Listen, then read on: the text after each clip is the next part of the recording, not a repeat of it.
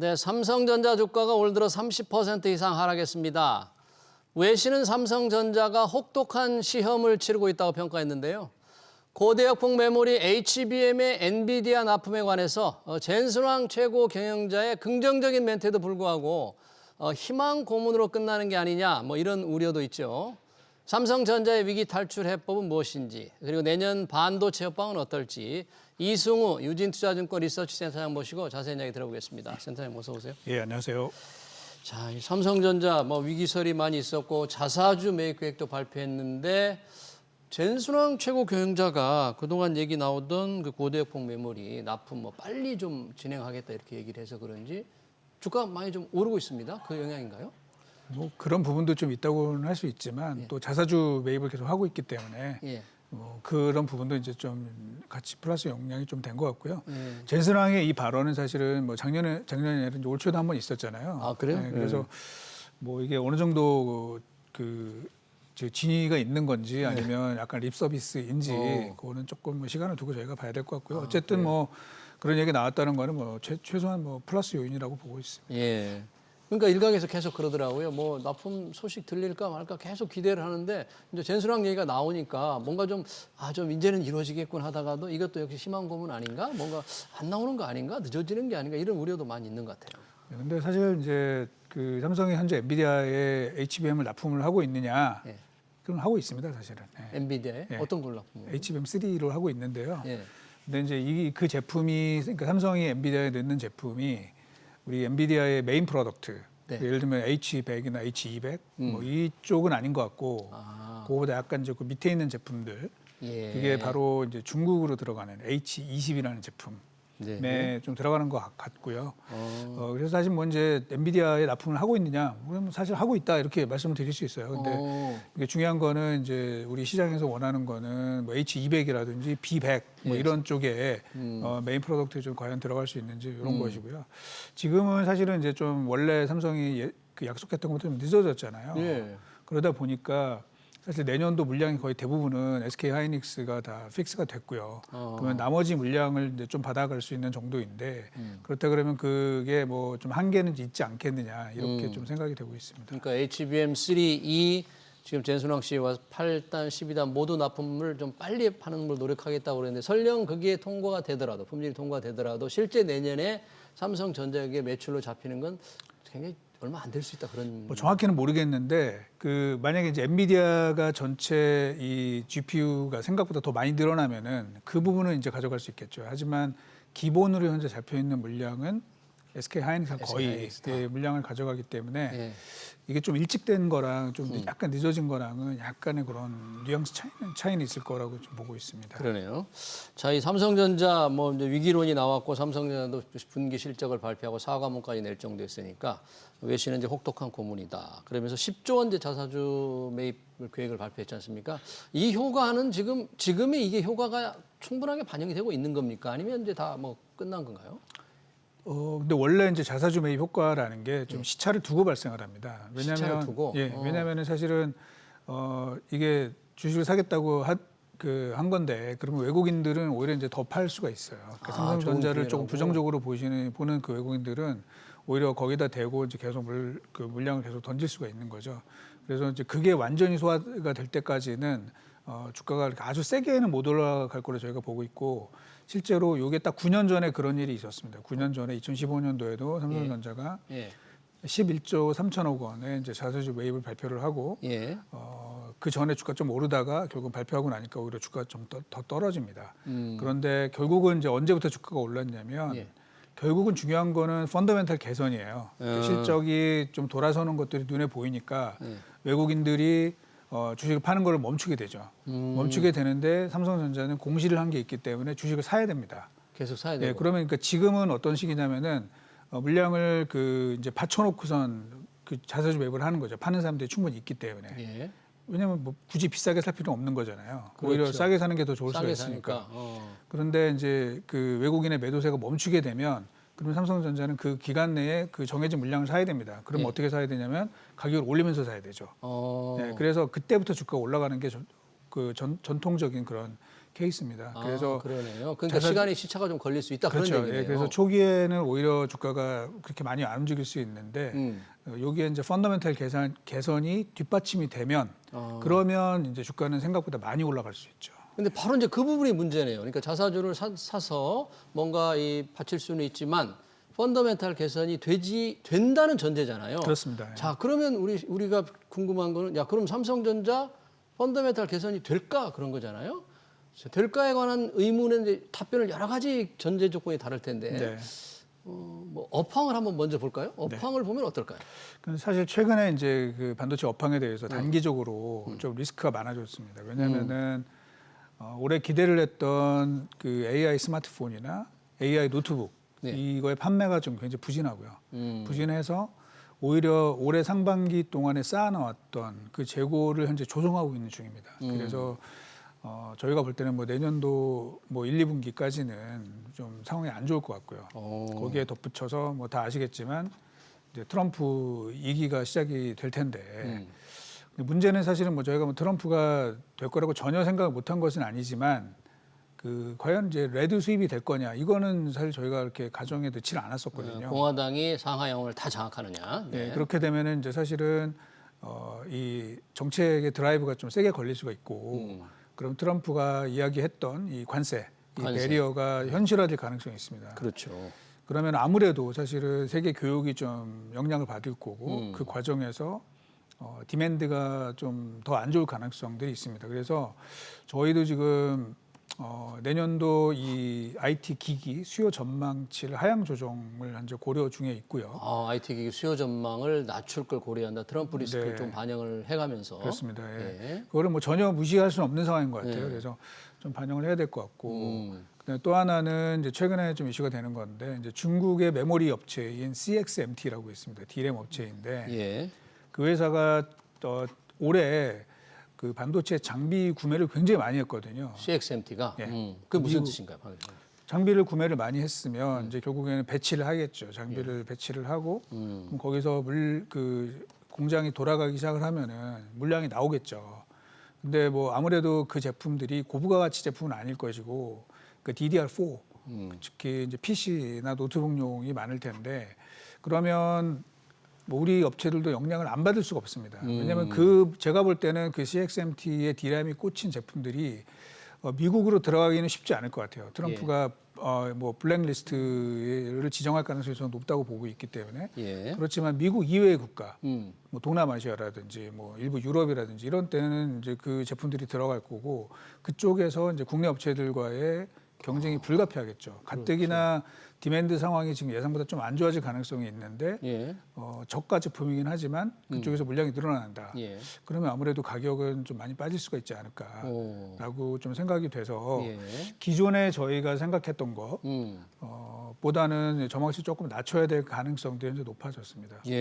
그러네요. 기존에는 저희가 이제 올해 같은 경우에는 D램 시장 규모가 전년 대비해서 한 80% 정도 성장이 연재 예상이 되는데 80%? 굉장히 크게 성장을 하는 거죠. 그리고 원래는 이제 내년에도 한 20% 정도 성장이 가능할 거다라고 이제 저희가 보고 있었는데요.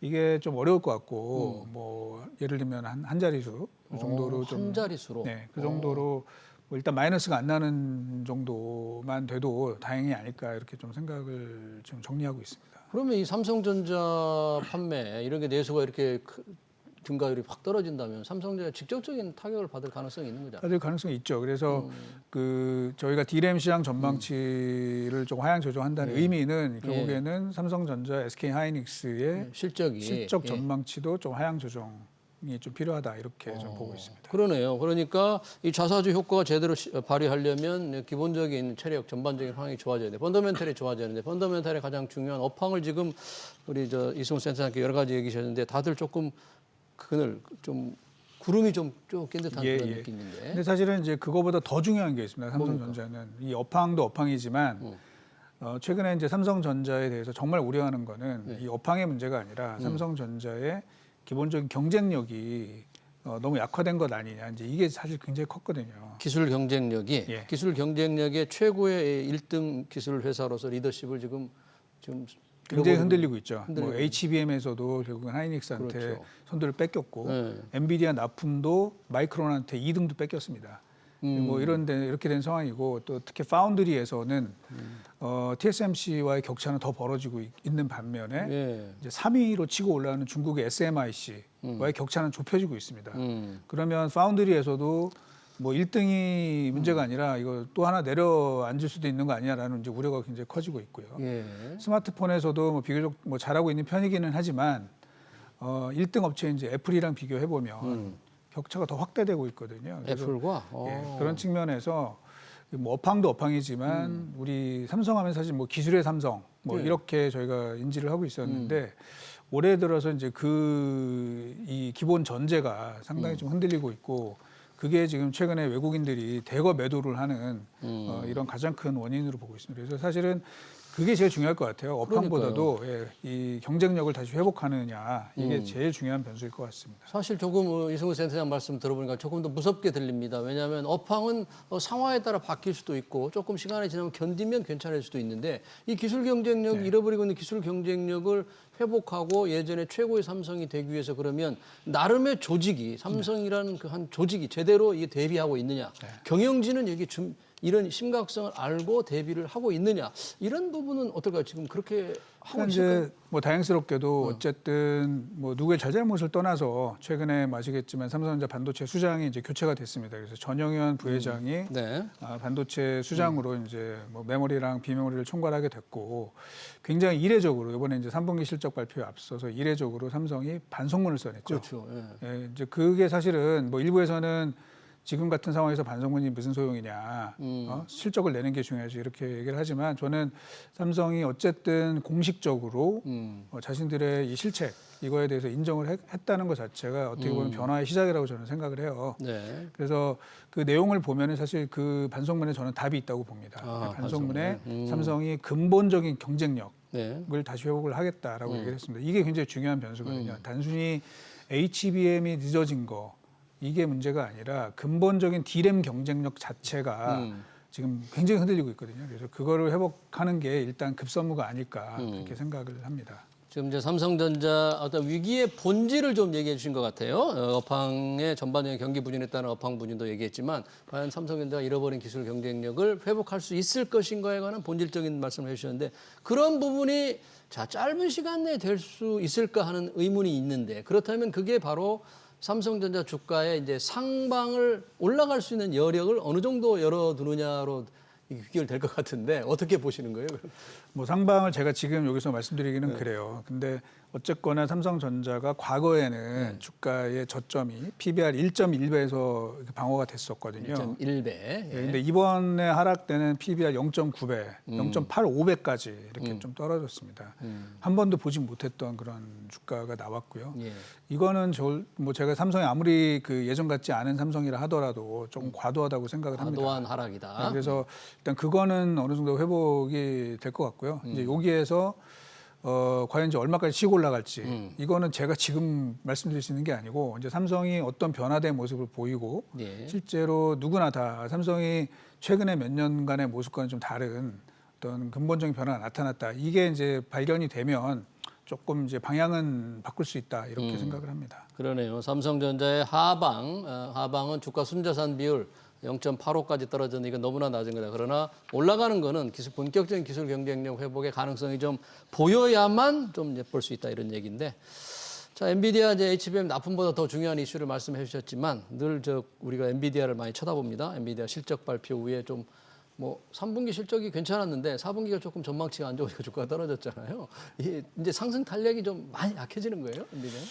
근데 뭐 글쎄요, 뭐 저는 그렇게는 보지 않고요. 왜냐하면은 이제 항상 보면은 엔비디아가 가이던스를 조금 보수적으로 냅니다. 보수적으로? 그리고 실제는 그거보다 좀 항상 잘 나오죠. 그래서 이번에 가이던스가 매출액 이제 375억 달러라는 것도 있었지만 사실 그거보다 조금 더 실망스러웠던 거는 그 처음에 이제 시장이 좀 실망했던 거는 마진이 추가적으로 좀 더 떨어질 수 있다. 아, 마진. 예, 예를 들면 지난 1분기 때 그 엔비디아의 그 GP 마진이 80%였거든요. 예.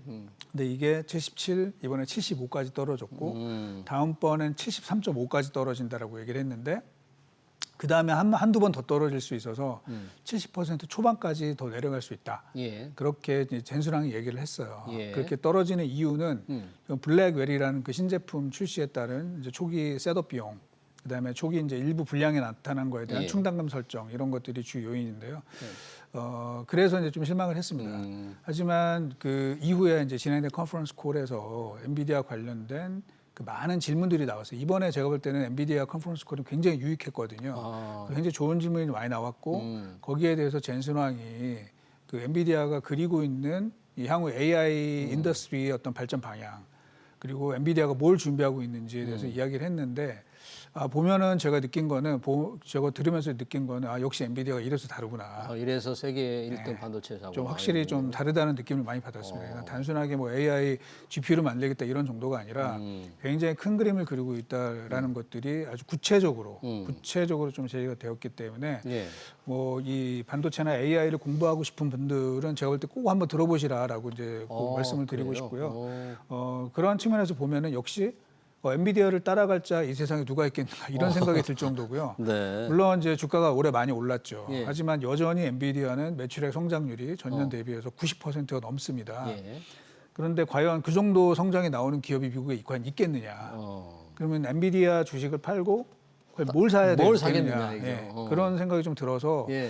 글쎄요, 뭐 이제 많이 올라서 좀 상승 탄력은 좀 둔화될 수는 있겠지만 이게 이렇게 좀 그 아성이 제가 생각했던 것 이상으로 더 견고한 것이 아닌가 좀 생각이 많이 듭니다. 그런 견고한 아성의 공급망에 올라탄 게 바로 삼성전자를 누른 HBM에서 누른 SK 하이닉스잖아요. 맞습니다. 예. 조금 주가는 부진한 것 같아요. SK 부진하죠. 왜 예. 그래요? 저도 그게 굉장히 좀 억울하기도 하고 안타깝기도 한데요. 기본적으로 그 최근 들어서 보면은 이제 메모리에 대한 그 우려들이 좀 있어요. 그게 아까 말씀드린 것처럼 뭐 다른 것도 있지만 이제 최근 들어서 가장 많은 이제 투자자들이 우려하고 있는 게 중국의 부상입니다. 중국 아까 말씀한 CXM. 그래서 최근에 제가 뭐 국내 이제 반도체 업체 기업들의 뭐 주요 임원들하고 좀 얘기를 해봤는데 이제 과거에는 그러니까 과거라는 게 이제 얼마 멀지 않은 과거, 불과 한 3개월 전, 4개월 전만 해도 해외 투자자들 만나면은 첫 번째 질문이 GPU랑 HBM에 대해서 질문이었어요. 이게 시장이 어떻게 될 것이며 경쟁 구도는 어떻게 되느냐라는 거였는데 지금 이번 달부터는 질문의 1번이 중국 CXMT가 어느 정도까지 올라오고 있는지. 중국이. 예, 그게 하이닉스랑 삼성전자에 과연 어떤 임팩트를 줄 수 있는 것인지 이게 지금 1번 질문입니다. 그래서 최근에 좀 부진한 것들은 뭐 그런 부분도 있지 않았을까라고 생각을 합니다. 네, 쫓아오는 중국의 추격전이 정말 무섭다. 그게 바로 SK 하이닉스와 삼성전자의 또 하나 위험 요인이 되고 있다는 말씀으로 인터뷰를 좀 마쳐야 될 것 같네요. 삼성전자의 최근 실적과 투자 전략 잘 들었습니다. 지금까지 이승우 유진투자증권 리서치 센터장이었습니다. 고맙습니다.